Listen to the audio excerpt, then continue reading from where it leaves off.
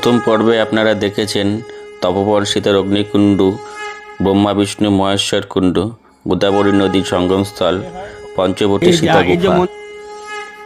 শুরু করছি পরবর্তী পর্ব। আমরা সীতা গুফা দর্শন করে বেরোলাম, পঞ্চবটী বন আমরা দেখলাম, খুব ভালো লাগলো। দুর্দান্ত জায়গা, একটা অনুভূতি।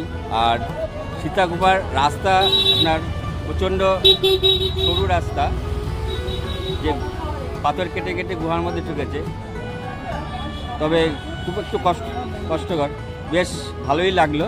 তো চলুন আমরা এরপরে দর্শন করছি শ্রী গুরারাম মন্দির। এই গুরারাম মন্দিরের ভগবানের মূর্তি সাদা পাথরের তৈরি বলে নাম হয়েছে গুরারাম মন্দির। এখানে রয়েছে রাম, সীতা এবং লক্ষ্মণজির ভগবানের মূর্তি। এরপরে অরিজিনাল আরও একটি গুরারাম মন্দির রয়েছে। আমরা শ্রী গুরারাম মন্দির দর্শন করে বেরোলাম। এই দেবতার যে ভগবানের মধ্যে একটা মাধুর্যই আলাদা, একটা ভিতর থেকে একটা তরঙ্গ বয়ে গেল। এরপরে আমরা যাব কালারাম মন্দির, সামনেই রয়েছে কালারাম মন্দির দর্শনের জন্য। তো চলুন যাওয়া যাক।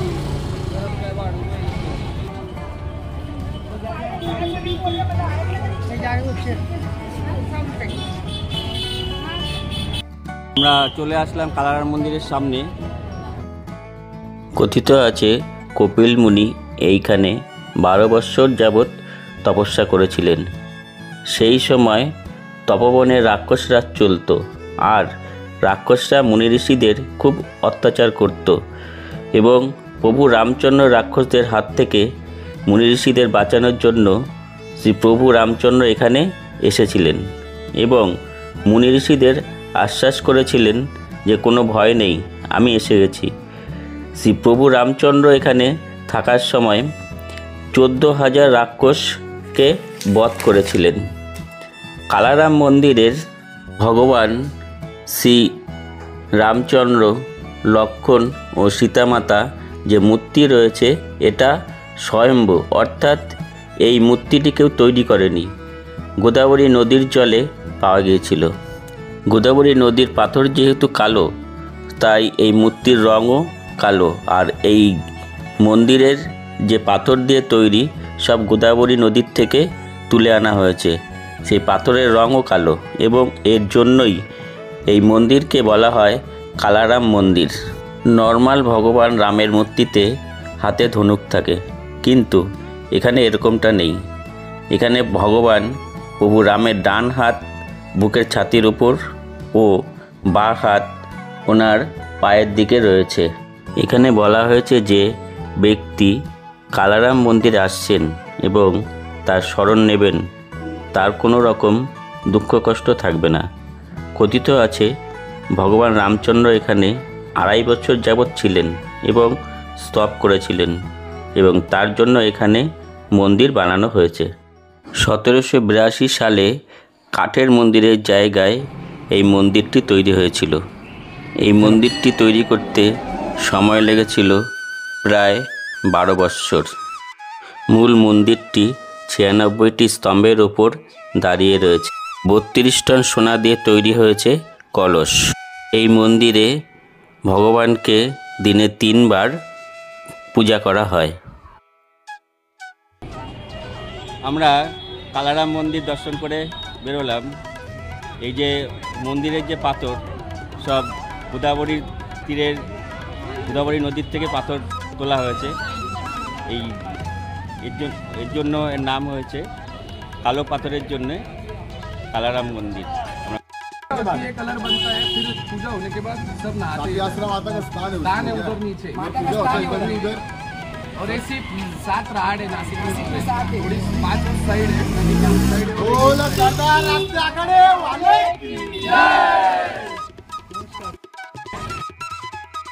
এখানকার কিছু স্থানীয় ভাইদের কাছে জেনে নিলাম, এখানকার স্থানীয় মানুষজন দোল পূর্ণিমার দিন দোল খেলে না। পঞ্চম দোলের দিন এরকম চৌবাচ্চায় রং গুলিয়ে স্নান করেন এবং আনন্দ করেন। এইভাবেই এখানে হোলি বা রং খেলা হয়। এই মুহূর্তে চলে এসেছি গুরারাম মন্দিরের সামনে। কালারাম মন্দির থেকে মোটামুটি মিনিট 10-এর রাস্তা, পায়ে হেঁটে এখানে আসা যায়।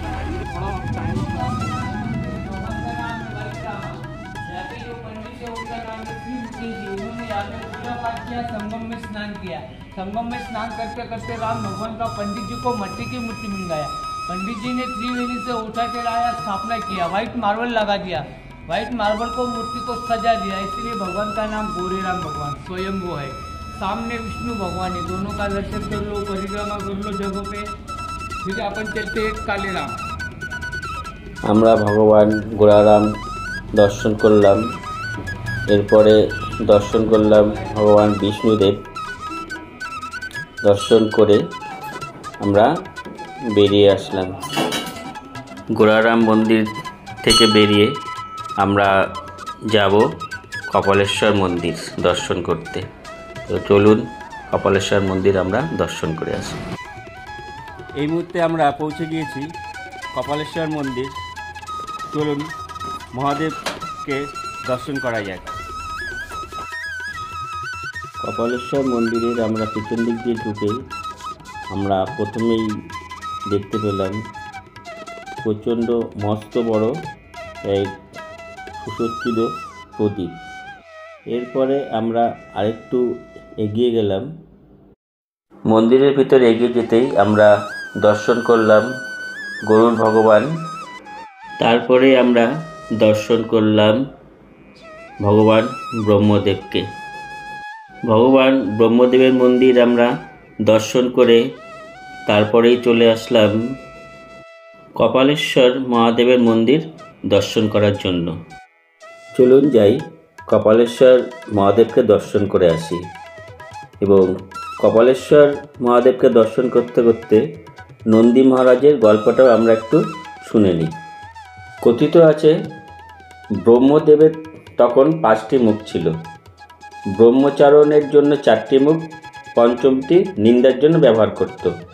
একদিন ব্রহ্মদেবের সাথে কথোপকথনের সময় ব্রহ্মদেব পঞ্চম মুখ দিয়ে মহাদেবের নিন্দা করছিলেন।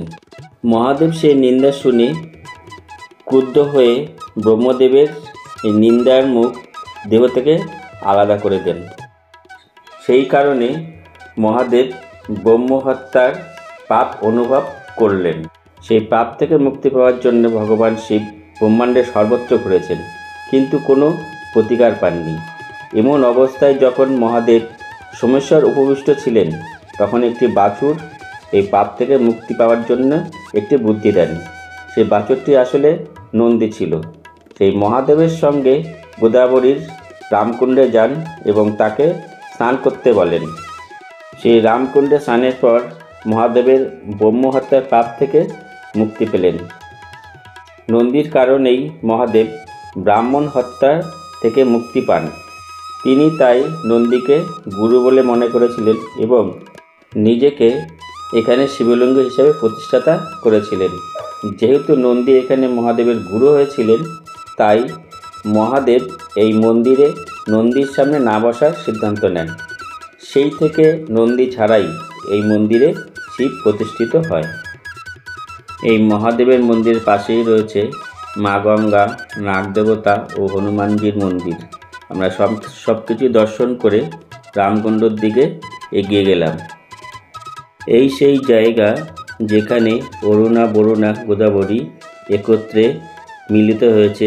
একে ত্রিবেণী সঙ্গমস্থলও বলা হয়। 12 বৎসর অন্তর যে একবার কুম্ভ মেলা হয়, এখানে কুম্ভ মেলায় সব সন্ন্যাসীরা এবং ভক্তরা স্নান করেন। এই জায়গাটিকে রামকুণ্ড কেন বলা হয়? প্রাচীন মহাকাব্য রামায়ণের গল্প অনুসারে দশরথের পুত্র ছিল রামচন্দ্র। তিনি ছিলেন বিষ্ণুর অবতার, যিনি তার অযোধ্যা রাজত্বকালে 14 বছরে নির্বাসন নিতে বাধ্য হন। তার স্ত্রী সীতা এবং ভাই লক্ষ্মণ তার সাথে বনবাসে অনুসরণ করেন। বনবাসে থাকাকালীন ভগবান শ্রী রামচন্দ্র এখানেই স্নান করতেন। তার এই স্নান করার জায়গাটা হিসাবে নামকরণ করা হয়েছে রামকুণ্ড। নন্দী মহারাজ মহাদেবকে এই রামকুণ্ডুর জলে স্নান করে পাপমুক্ত হতে বলেছিলেন। আর এখানেই মহাদেব নন্দীকে গুরু বলে মেনেছিলেন। রামকুণ্ড যেখানে মহাদেব স্নান করে পাপ হরণ করেছিলেন, সবাই এখানে স্নান করছে। আমরা রামকুণ্ড ত্রিবেণী সঙ্গমস্থল গঙ্গা মন্দির দর্শন করে উঠে পড়লাম উবের অটোতে। এই উবের অটোতে আমাদের 3 জনের ভাড়া লাগলো 124 টাকা। এখন আমাদের গন্তব্যস্থল সোমেশ্বর মন্দির। মন্দিরের ভিতরে গাড়ি পার্কিং করলে 10 টাকা লাগবে পার্কিং চার্জ, তার জন্য আমরা মন্দিরের বাইরেই নেমে পড়লাম।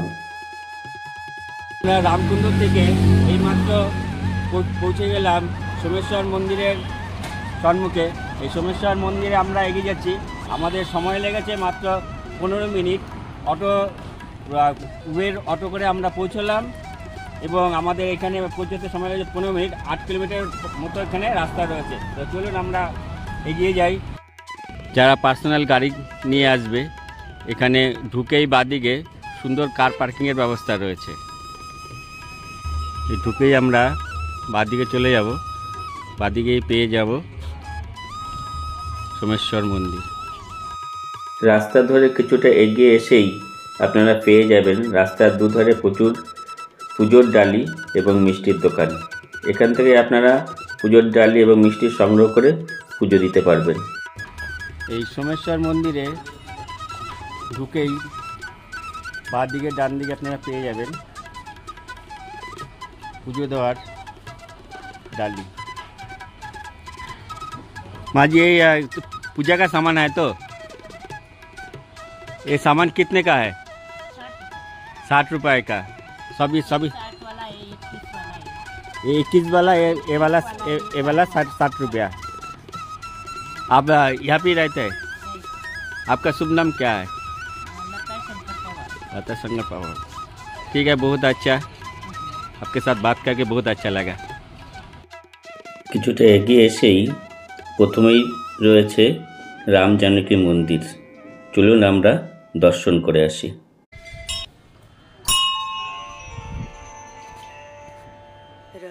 এখানে আমরা দর্শন করলাম ভগবান রাম, লক্ষ্মণ, সীতা এবং তার বাঁদিকে নিচেই রয়েছে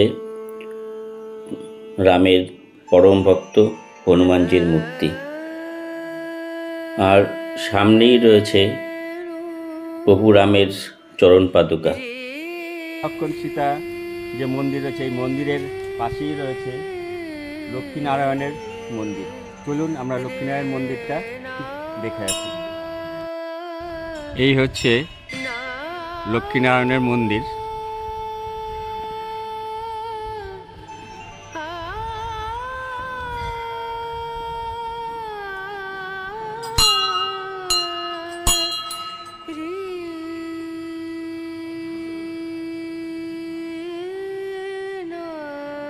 এই নারায়ণের পদচিহ্ন রয়েছে, নাম করে আশীর্বাদ নিলাম।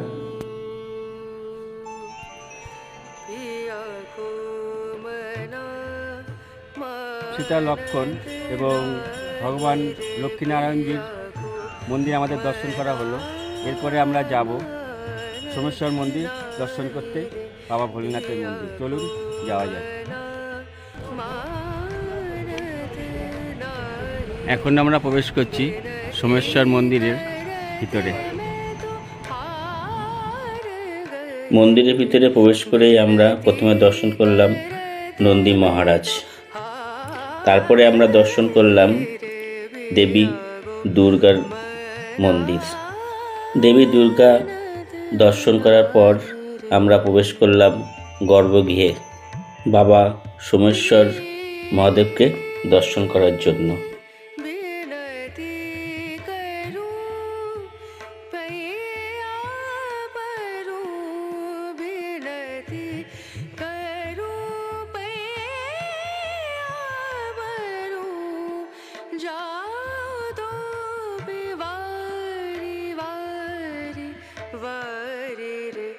बेनती करत में तो हार गई रे। মন্দিরের গর্ভগৃহে প্রবেশ করলাম। গর্ভগৃহে প্রবেশ করে বাবাকে স্পর্শ করে প্রণাম জানালাম। মন প্রাণ যেন পবিত্র হয়ে গেল। বাবা ভোলানাথকে স্পর্শ করার পরে শরীরের ভিতরে যেন তরঙ্গ বয়ে গেল, একটা আলাদাই অনুভূতি। এখানে এসে জীবনটা আমার সত্যি ধন্য হয়ে গেল। আপনারাও আসুন এবং দর্শন করুন, বেশ ভালো লাগবে আপনাদেরও, কথা দিচ্ছি।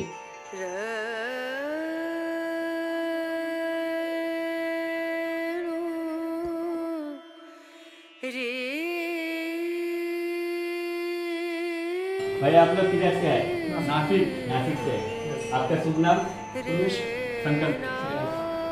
बहुत अच्छा लगा। क्या कि हर दिन में आता है? हाँ, हर 2-3 दिन में। हर दो तीन में दिन एक बार आता है। बहुत अच्छा लगा आपके साथ बात करके। थैंक यू, धन्यवाद। আমরা বাবার এই মন্দিরে প্রদর্শন করে নিলাম।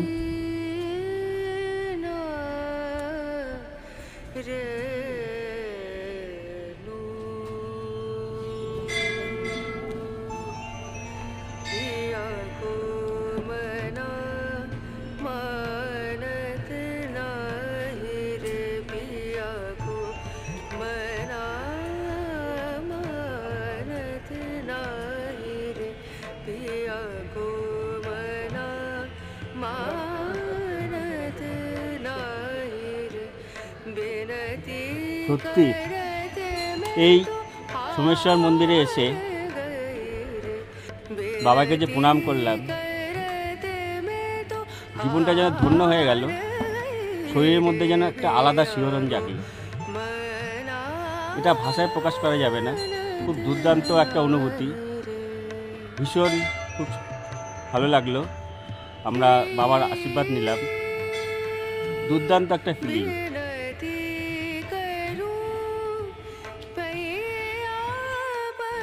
পাশেই রয়েছে হনুমানজির মন্দির।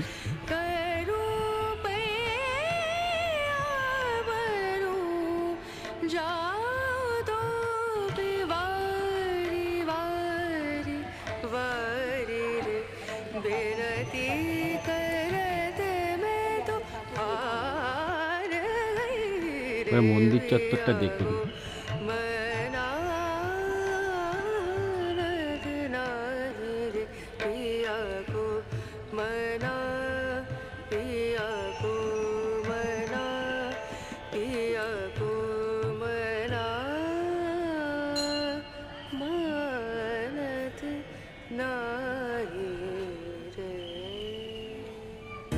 বাচ্চাদের জন্য একটা ঘোড়ার ব্যবস্থা করা রয়েছে, পুরো রেল ইঞ্জিন, খুব সুন্দর, অসাধারণ।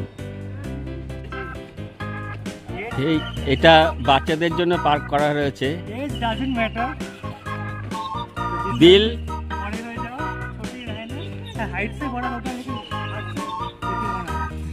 दिल क्या करते हैं?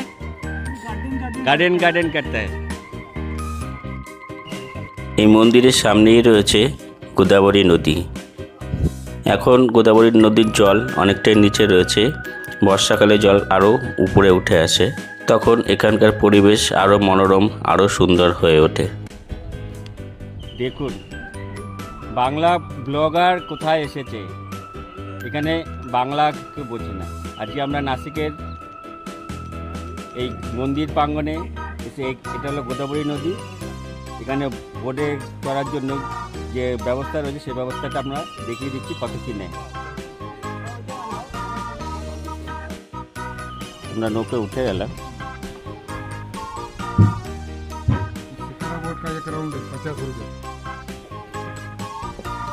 भैया का शुभ नाम? अशोक गार्बिन। ये जो आपका जो बोर्ड है कितने टाइम घूमता है? एक राउंड कितने टाइम लगेगा? 10 मिनट लगेगा। आप 50 रुपया लेते हैं, एक आदमी को 50 रुपया लेते हैं। बहुत अच्छा। আপনারা ঘুরতে আসলে পরে এখানে ঘুরতে পারেন, খুব সুন্দর এই জায়গাটা। এই শিকারা বোটে ঘুরতে আপনার 50 টাকা করে লাগবে पर पर्सन। और मोहल्ला जो स्कूटर है उसमें कितना लगेगा? 80 rupees. One round 80 rupees. Thank you, धन्यवाद। এইবার আসছে এখান থেকে এবার আসছে।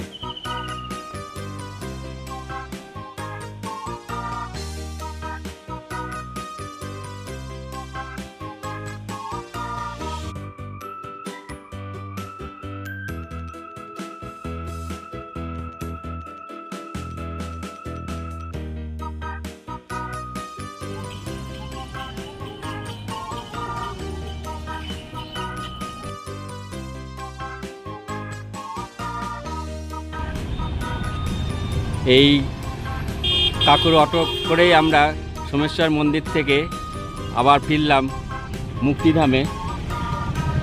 এই যে তা আজকে এই নাসিকের যে দর্শনীয় স্থানগুলো রয়েছে সমস্ত কিছু আমরা ঘুরে দেখলাম। সবশেষে সোমেশ্বর মন্দির থেকে আমরা এই যে এই অটো করেই ফিরেছি, উবের অটো করে। আমাদের ভাড়া কত পড়েছে? আমাদের ভাড়া পড়েছে 3 জনের 265 দিয়ে আমরা পৌঁছলাম। বন্ধুরা, ভিডিওটা কেমন লাগলো অবশ্যই আপনারা একটু কমেন্ট করে জানাবেন। আপনাদের এই ছোট্ট একটা কমেন্ট আমাদেরকে আরও উৎসাহ জাগায়, আরও নতুন নতুন জায়গায় ঘুরে দেখানোর জন্য এবং নিয়ে যাওয়ার জন্য। তো চলুন, ভিডিওটা আজকের মতো এখানেই শেষ করছি। Bye, tata. দেখা হচ্ছে পরবর্তী পর্বে নাসিকের। ততক্ষণ সাথে থাকুন, সঙ্গে থাকুন।